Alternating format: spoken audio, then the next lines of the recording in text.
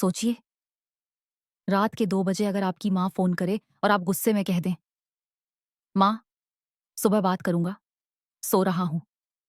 लेकिन अगले ही पल आपको पता चले कि उसी वक़्त किसी ने आपके लिए अपनी जान तक दाँव पर लगा दी थी।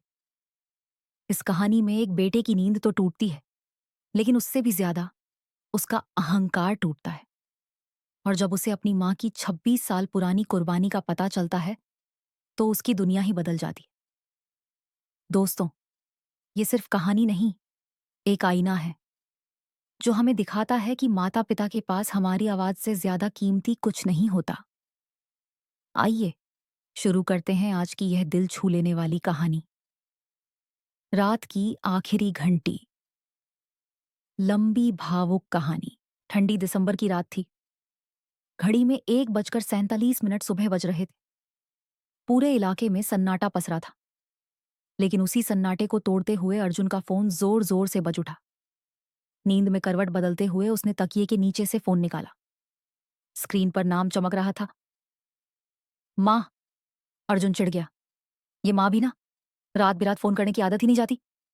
उसने फोन उठाया और रूखा सा बोला, क्या है माँ, इतनी रात को क्यों फोन किया?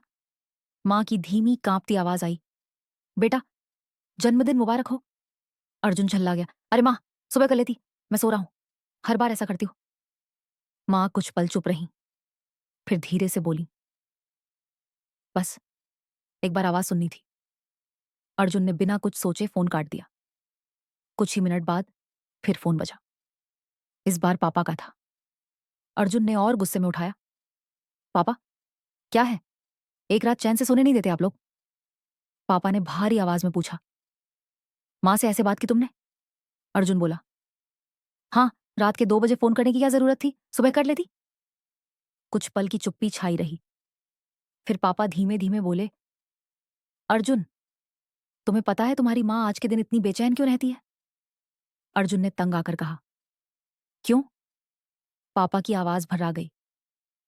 क्योंकि ठीक रात के 1:47 पर, आज से 26 साल पहले, डॉक्टरों ने कहा था कि या तो मां बचेगी या तुम।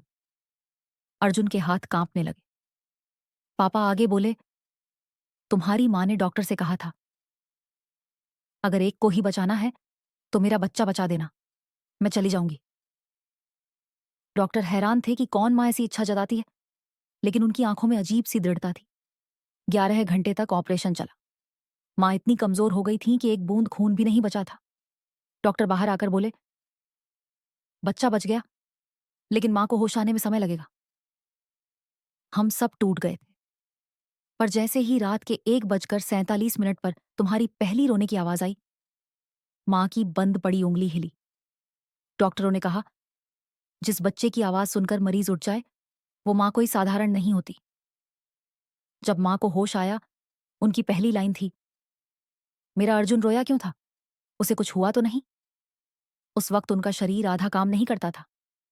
लेकिन आज, 26 साल बाद भी, उन्हें ठीक 1:47 पर नींद खुल जाती है।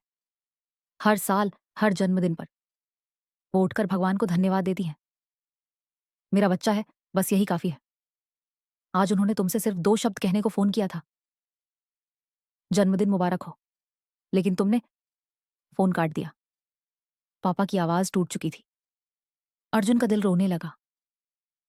पूरी रात उसकी आंखों में नींद नहीं आई।